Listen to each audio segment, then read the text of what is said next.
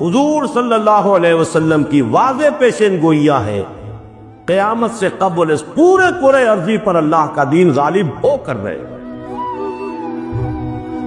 میں نے بارہا کہا اپنی تقریروں میں کبھی نہ مانتا کہ ایسا ہو سکتا ہے اگر حضور نے نہ فرمایا ہوتا۔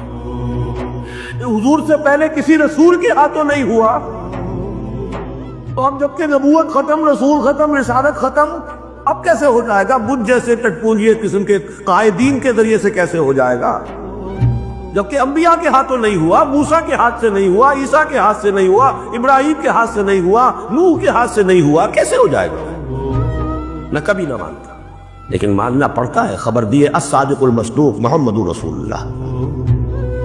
لا يبقى على ظهر الارض بيت وبر ولا مدر الا ادخل الله كلمة الاسلام۔ روایت مسند احمد کی، مقداد ابن اسود جس کے راوی، اس روئے ارضی پر ایک گھر نہیں بچے گا، نہ اینٹ گارے کا بنا ہوا گھر اور نہ ہی کوئی خیمہ جس میں اللہ کلمہ اسلام کو داخل نہ کر دے۔